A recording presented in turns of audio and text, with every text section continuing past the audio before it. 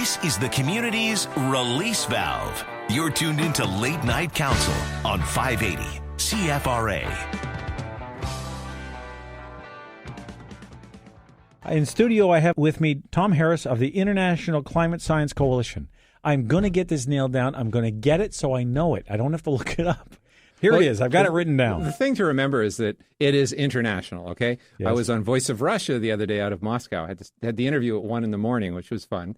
And, of course, we get published in Australia. So, I mean, we're all over the place, so we're international. The second thing is that we're climate science. Okay, that's what we're focused on. And the third thing is we're a coalition. There are people in there who disagree with each other. Okay, we have left-wingers, right-wingers. We have people who have totally different worldviews, but agree on this particular element, namely, we're not causing dangerous climate change, and the future is unknown. But, you know, the actual arguments between the scientists can be quite intense. I'll bet they can be. Well, you're going to see Dr. Ball, for example, when he comes on after 10:30, he's going to explain why one of the absolute fundamental axioms of this whole debate, does carbon dioxide even cause warming at all? He's going to talk about how that's in doubt. Now, there's some scientists with us who don't agree with that. So I think that's fine. I think that in a field which is so unknown, it's great to have a coalition, not necessarily everybody marching in unison. So this idea of consensus is not present in this coalition? No, it isn't. In fact, if you ask scientists behind closed doors, okay, not just ours, but people on the other side, you ask them, where they're not being quoted by the media, what's it going to be like in 20 years? Is it going to be hotter or colder? Not, is it going to be 1 degree warmer or 1.2 or 1.8? We're not asking that. Just even if it's going to be hotter or colder, they will say, ask me in 20 years. Yeah. Because they don't know. There are so many unknowns in this whole field. And that's why what Obama did last Saturday, actually, when he spoke at the University of California, Irvine graduation ceremony, he didn't say, some scientists think this, some think that, or most scientists think this. He said, this is true, okay? And those who disagree are like saying that the moon is made of cheese, okay? Now, this is ridiculous because if you look back in history, what other times did authorities say something was true and therefore make everyone afraid to question it, which, of course, is what science is all about? We should be questioning and digging into even the basic axioms. So even things like, is CO2 a warming agent? Okay, people take that as an axiom. In other words, a self-evident truth. Right. But is it? And we're going to hear Dr. Ball tell us it isn't, okay? It's not a self-evident truth at all. But if you go back to the original debate, okay, let's say with Galileo and the Catholic Church, we were talking about that during the break. Right. You know, this came from the Greek Ptolemy, okay? What he said in his theory of the universe was that the Earth was the center and everything moved around us. But you know, Ptolemy himself did not push this as physical astronomy. In other words, he did not say, this is the truth. All he said is this is a mathematical model that allows us to forecast things for calendars, for when Mars rises, for astrologers. It works, okay? He never said it was true with a capital T. He never said, you know, Plato, for example, defined truth as being universal, necessary, certain, timeless, okay? In other words, something that cannot be wrong. Ptolemy never said that, okay? He said that according to his models, this worked, okay? But he never said it was necessarily true. Now, unfortunately, the church took it as truth because they found a part in the Bible where the sun stood still for Joshua. Okay, this was an anomaly. Yes. Okay? This was a time which when things changed. In other words, normally the sun moved. Okay, so they took the literal truth out of the Bible, combined it with Ptolemy's theory, and they made this definite truth with a capital T. Okay, now this is where Galileo ran into a lot of trouble because at that time the 30 Years' War was going on in Europe. Right. Okay, and millions of people were dying. The Northerners were fighting the Catholic Church in the South, trying to define who was the adjudicator of God's will on earth, who held the truth. Right. Okay, so the last thing they wanted Galileo to do, and this was a strategic mistake on Galileo's part, he actually said not only was his model, in other words, he was supporting Copernicus, okay, where the sun was the center of the universe. Not only was that mathematically correct and it forecast things better than Ptolemy because the new observations from Tycho actually showed Ptolemy couldn't be true, okay, but he said it was truth with a capital T, okay. Now the church told him if you just push this as an idea that happens to work and fits the observational data, allows us to do better approximations for calendars and things like that, no problem. But the trouble is the church were in a fight for their lives, okay? They were fighting as to who was going to be God's representative on earth for truth, and for better or for worse, they had chosen the literal interpretation of the Bible. So when Galileo came along and said, I know truth, which of course is ridiculous because Galileo could not know that. Right. He could not know truth. He can guess at it, but that's the best he can do. That's right. He had observational evidence. It was his opinion, his belief, but he did not have universal necessary certain knowledge. Yeah, I mean, God could have that, but That's Galileo right. did not have that. And the church told him, look, you can hold these theories as really great models, but if you teach them as truth, you're in big trouble because, of course, as I say, the church was fighting for its life. Right. So what it did is, of course, Galileo ended up in prison, in actually house arrest. House arrest, yeah. And it delayed the advancement of science for a long time because the authorities took something in science that was not supposed to be truth, but was a theory, and they made it truth. And that's what Obama did this past weekend. Okay, he took something that many scientists are still debating, and he made it truth. And in fact, the trouble is, of course, scientists even who agree with that particular theory should object to this. Because Newton was the absolute knowledge of truth, okay? And that held us back for centuries until Einstein showed it was wrong. So when someone in authority, and Newton was the head of the Royal Society, right. When somebody in authority like the church or Newton says this is truth, it puts a complete block on any further science advancements. So everyone should object to Obama treating this that way. Well, and it's tragic that so many people have been drinking the Kool-Aid on this stuff. And one of the things we do want to get to here is the idea about how they are using our children against us. Oh, yeah, that's sad. And you've got the story about Up on the Hill, and I've seen it in my own kids. We put the last three of our children into school. We used to homeschool for a lot of reasons I won't go into now. But even in their documentation they bring home, their study guides and all the different little projects they're doing, you can see it. It's subtle, but it's there. Oh, yeah. And there's times I've had to pull my kids aside and say, listen, yeah. I know your teacher's nice. You're doing what they think is the best, but this isn't necessarily true. No, yeah. We don't know enough to know whether or not this is true. Well, Mrs. Blatherbottom thinks it is. Well, I'll tell you why this is happening, okay? I spoke at high schools a few years ago, fairly often, okay? I either did it for free or charged them a small, minimal fee. Stipend or whatever, yeah. And the students, they really enjoyed questioning authority, okay? It's funny that about students, exactly. especially teenagers. The teachers did not like it, okay? Some teachers were open-minded. The people out in West Carleton, places like that, they brought me in. Interesting that people in the country, actually, were more open-minded. open-minded. Yeah. But you know what happened? It really put a kibosh on this? One of the board members of the Ottawa School Board, sent an email saying to one of the principals who was going to bring me in, this is not government policy, okay? Of course, the fact is they work for the government, okay? The teachers and the principals work for the government. And she made it very clear from the Ottawa School Board, don't bring in Harris. That's unfortunate. That is really unfortunate. When we get back, I'll tell you a little story about bringing people into schools. We'll be right back after this. My guest is Tom Harris. He is with the International Climate Science Coalition, and we'll get into more of this indoctrination right after this.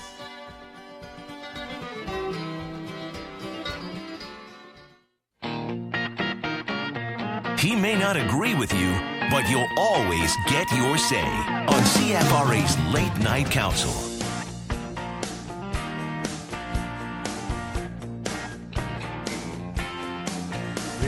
Oh, I wish I had the time to let this one roll. I love this song. This is Toby Keith and Beer for My Horses. I can just imagine what they'd look like after a couple of bottles. Boomer, get up, you lazy boy. All right, anyway, my guest in studio tonight is Tom Harris. He's with the International Climate Science Coalition. That's starting to roll pretty good now, isn't it? Oh, yeah. Just say ICSC. Yeah, then I'll really screw it up. Yeah. Anyway, if you have any questions or comments for him, by all means, 521-8255 is the number. In the bottom of the hour, we will be joined on the phone by Dr. Tim Ball, who is a real climate scientist. He's a climatologist. Historical climatologist. Yes. He can tell us all about what happened when the icebergs hit the Titanic, off of New York and Boston. What were they doing that far south? And why is that happening again this year? He can tell us that. Okay, well, we'll be sure to ask him that. All right, let's get back to this. And first, let me tell my quick little story, and then I'll let you carry on about the one up on the hill. I was explaining to, I think it was my youngest son, Mark Anthony, just in very rudimentary forms, why this whole thing about carbon dioxide may not be true, that, we're not going to overheat the planet, that plants use it for food, and the more of it there is, the faster the plants grow, and they absorb the excess. So you actually tend to get a cooling because there's not as much, there's more vegetation, in other words, so that absorbs some of the sun's heat. And he's got a very pointy little chin. So he takes his fingers, and it looks like Dudley Do-Right, and he goes, I wonder what it would take to get you to come in and talk to my class about this. And I laughed. I said, Mark Anthony, there isn't a snowball's chance in a blast furnace they're going to let me anywhere near your class. Yeah, it's really sad. We have a friend, PhD in energy sciences from Cairo, who's just moved to Canada. And I went to graduate school with him in McMaster in Hamilton. Right. And he brought his little son, who's in grade 7.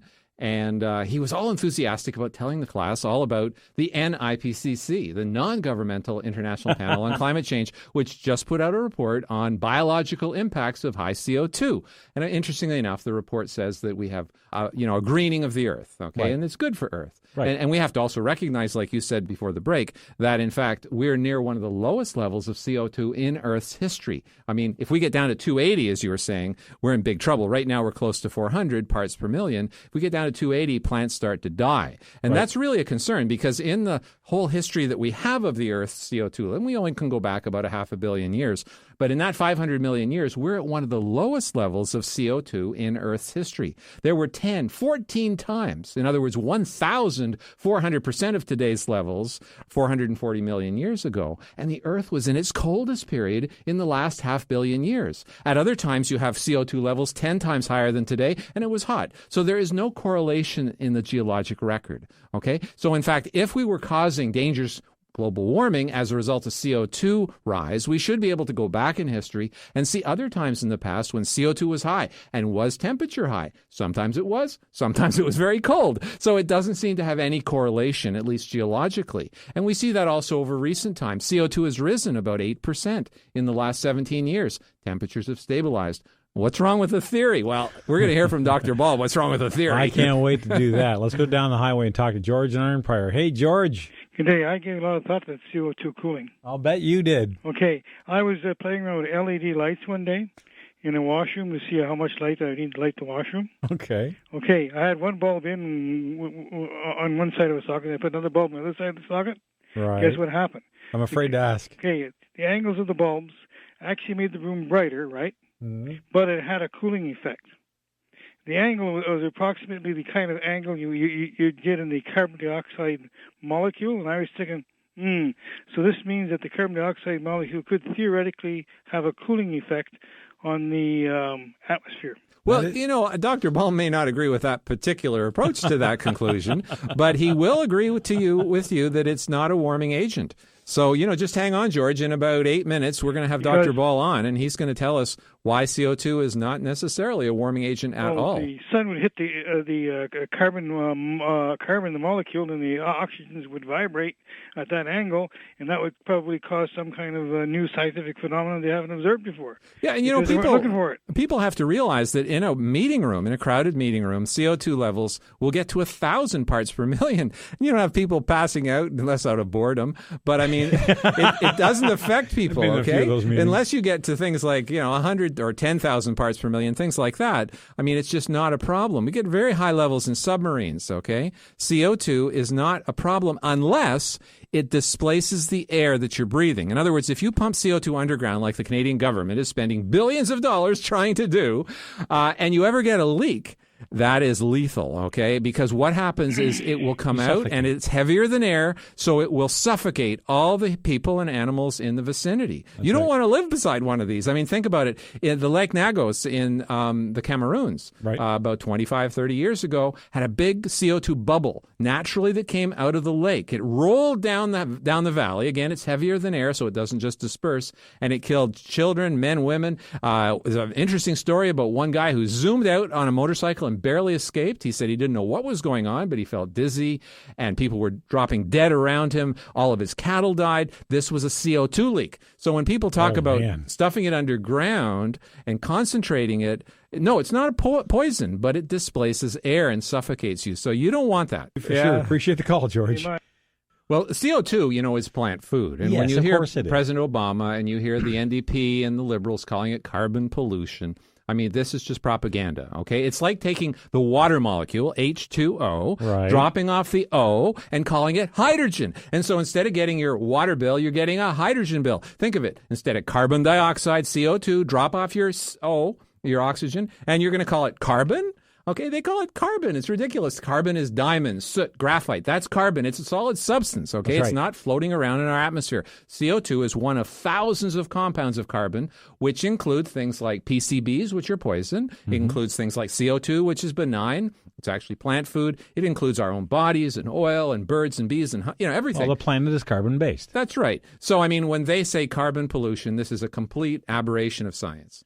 And, I get really tired of these kind of things because, let's face it, what they're doing, we still never got to the story about the kids on the hill, and we're running quickly out of time. But the thing that I find most disgusting about this is they're using kids. And I you know what? I don't care the issue, whether it's climate or whatever. But when you use 5, 6, 7, 10-year-olds or just preteens or young teenagers to promote a message they know nothing about. I know. It's sad because it's really promoting the adult's message. Yeah, and they're it's using not only children. sad, but it robs them of their innocence. I know, yeah. Why should a 6-year-old be afraid of the environment? Yeah, I know. It's really appalling. I mean, let's say the industry, who produce our energy, decided to start using children to promote their product. Everybody, my God. They go berserk. And the Nazis, the communists, all kinds of groups through history have done this. And this is something everyone should object to. And I made a video about that, as you know, and I think you have it on your As a matter of fact, I do. It's on my Facebook page. Yeah. All right, we will take a break. We'll get Dr. Ball on the phone, and when we come back, we've got a couple calls on hold. We'll get to Dr. Ball as well, so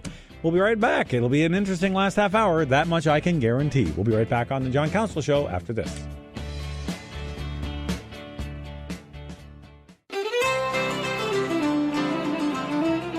The callers are screened. The host is not. You've been warned. This is Late Night Council on 580 CFRA. The Irish Descendants, Walk in the Irish Rain. Speaking of Irish rain, I don't know if it has anything to do with Dr. Ball, but let's bring him on. Dr. Ball, it's good to have you with us this evening. Well, thanks for the opportunity. It's been a long time since you and I have chatted last. It's been a couple years at least. So, right, how are you doing? At least 2 lawsuits ago. Yeah. You're talking to a climate denier when they measure time. Right. When they measure time in lawsuits. Yeah, right. Yeah, well, it's the price you pay if you stick your head up in the coconut shy. Yeah, I can just imagine. Now, to those on hold, please hang on. We're going to let Dr. Ball talk with us for a few minutes, and then we'll get to your phone calls. All right, Dr. Ball. One of the things that Tom and I was discussing earlier, there's been a record number of icebergs off of Newfoundland. And a lot of people are pointing at that, see, it's got to be getting warmer. Where'd all the icebergs come from? Can you tell us what's really going on? Well, yeah, and my background in this, by the way, is that I've done a lot of research on the East Coast. I was with the Air Force. We did ice patrols up the Labrador coast. I was also involved in monitoring the seal hunt in the Gulf. So I know a great deal about the ice conditions, and of course also anti-submarine work and the Russian Soviet submarines going underneath the ice. But that whole region between the Atlantic provinces and Greenland is called Iceberg Alley. Some of the people that have done an enormous amount of research and know a great deal, a former student of mine, Jacques Guigné, he was working with the oil platforms because, of course, they're concerned about the number of icebergs and the potential threat. And so there's a lot of research out there. The first thing that people need to know is that there are 3 forms of ice. There's the actual ice on the land, the continental ice, like the Greenland ice cap. And, of course, one of the things they talk about is temperature melting it, but a bigger factor in its growth and shrinking is the amount of snowfall and changing snowfall conditions, which creates the amount of ice. As that ice flows off the land, it creates shelves. The biggest ones, of course, are in Antarctica, and these are ice that is flat and about 200 meters thick. But then what you get in certain regions of the world where the temperatures are appropriate, you get sea ice forming, and it forms every winter and it melts every summer. And in the Arctic, including that East Coast region and into the Gulf of St. Lawrence and in Hudson Bay, the total area of ice that forms every summer is about 15 million square kilometers. And then about 10 million square kilometers of that, which is equal to the continental U.S., melts every single summer. This particular year, because of the cold conditions, especially on the East Coast, and the wind conditions, and this is a critical part of it, the ice has been very, very heavy on that east side, sea ice that is, and of course the wind drives the ice. And one of the things that we did when we were monitoring the seal hunt was that you knew what sort of conditions they were going to confront and whether the ice was appropriate based upon what the wind patterns were doing. So Dr. Ball, yeah. Are these 10-story icebergs that they're seeing off of Newfoundland, are they calving off of Greenland, or where are they coming from? Yeah, no, they're calving off of Greenland. Ice is breaking off of the ice sheets all the time because ice is once the ice thickness gets to about 50 meters in thickness, it becomes plastic and it flows. And so you've got the most of the ice forming in the center of the ice sheet, and the weight of that pushing down pushes the ice out to the edges. And once it gets to the ocean and pushes out into the ocean, then it's affected by the tides and by the waves, and large chunks of the ice break off. Of course, those become the icebergs. Yeah, Al Gore shows in his movie ice calving off of the Antarctic as an indication of warming. But it's the opposite, isn't it? It's the exact opposite. And as I said, and it's not just temperature. And of course, this is true of everything they're doing. They're focusing so much on temperature, but the precipitation is a big factor. And as I said, the wind patterns. And we know the wind patterns have been significantly different over the last 3 or 4 years in the polar regions. Dr. Ball, if we're really in a warming cycle, wouldn't sublimation play a big role in this? The evaporation of the ice straight from solid to gas actually see a shrinking and not an extreme growth in the calving of icebergs? Yeah, well, the listeners would know that sublimation process with what they call it freezer burn. So when you're cooling by cold air, it will take the ice and convert it directly from a solid to a gas. Right. That's sublimation. Right. But the amount of that occurs in these cold temperatures is actually minimal. Okay. Dr. Ball, is this year a little like 1912 when the Titanic hit an iceberg off of, what was it, Boston? The iceberg that the Titanic hit was actually off of New York. And that particular decade, 1900, 1910, was a particularly cold decade. And for that iceberg to get that far south was quite remarkable, even for that particular decade. That's why, of course, that's one of the reasons that they weren't expecting it that far south. That was why they got caught with it. So will it be a challenge for shipping this year? Oh, definitely. Absolutely, and I mean, you could look at the ice conditions around the whole of the northern hemisphere, including the Great Lakes. But yeah, it's a factor for the shipping in the North Atlantic. Okay. And by the way, through the centuries, that's changed. The Hudson Bay Company used to limit how far north their ships could go. That changed over the centuries as you went from the Little Ice Age into the modern warm period. Dr. Ball, if you could give us the Coles note, kind of summarize your theory on, or your take on carbon dioxide gas, is it really a warming agent? It's a cooling agent. Here's the thing people need to think about. Why did they pick on CO2?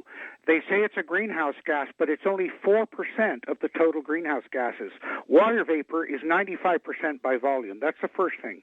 The second thing is that the IPCC wanted to identify CO2 as a gas from fossil fuel and fossilized industries that was destroying or creating global warming. So they set up a hypothesis called the anthropogenic global warming hypothesis. One of the assumptions in that was that if CO2 increased, the temperature would increase. In fact, that's the fundamental assumption.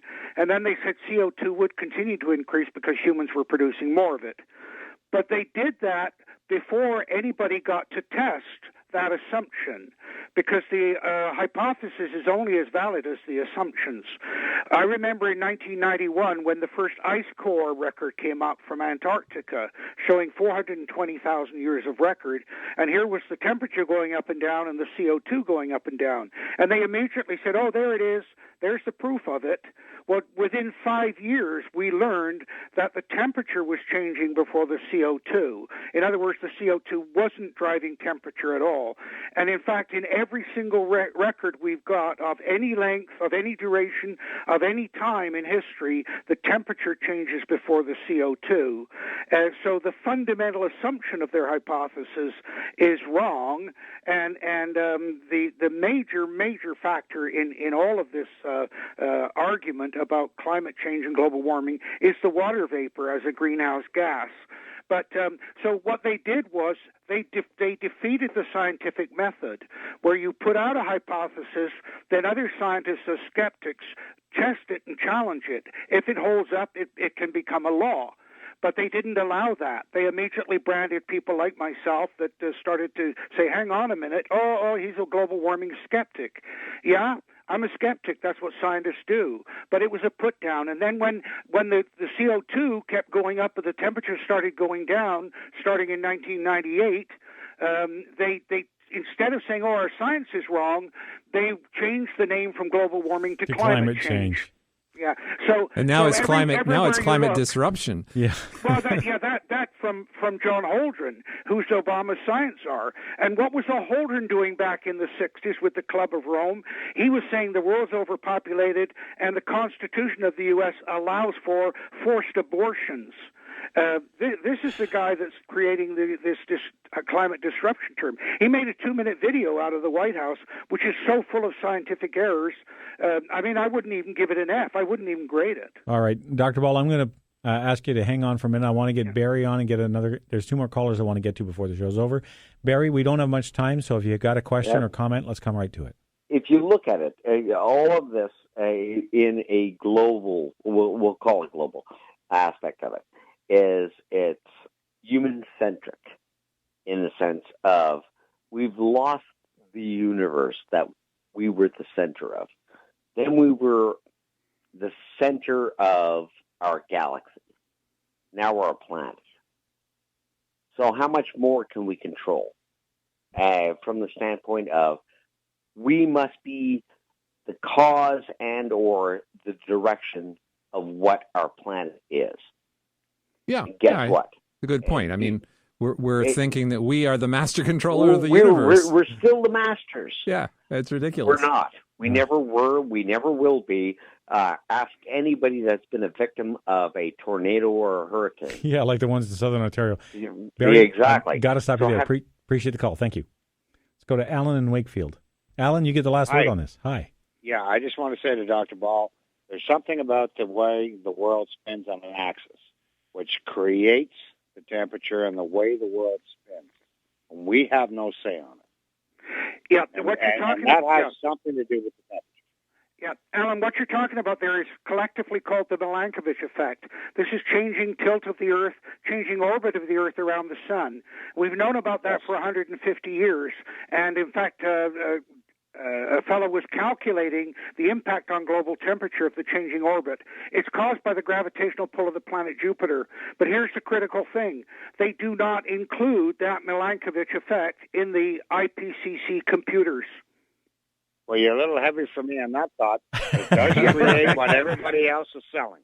Yeah, all right, Alan. Calling it global warming, because when the axis turns, everything else changes. And we can't control that. But what we do know is that it is shifting. Tilt is constantly changing. It changes between 21.8 and 24.4 degrees. We're not even sure what causes that shift. I mean, if you think about it, where the Arctic Circle at 66.5, that's right. An average, but it's changing all the time. Change the area in the polar regions, you change the climate. But also change the orbit of the Earth. Just 18,000 years ago, it was much more extreme orbit than it is now, and therefore the seasons were different, everything was different. But as I said, they're not including that in their computer models at the IPCC. Alan, I got to stop you there. Only because it's advantageous for them. Appreciate the call. Yeah. Dr. Ball, I wish we had more time. I really do, because this is always fascinating talking to you. I'm going to get you back on much sooner than a couple of years, because this is worth pursuing. Tom, thank you very much for joining me in studio tonight. Ubicaritas had amor, Dea CBS. Good evening, God bless, don't let anything disturb your peace, and may you have a fair wind in a following sea. Out on a runaway number 9, 6707 set to go. And I'm stuck here in the grass with a pain.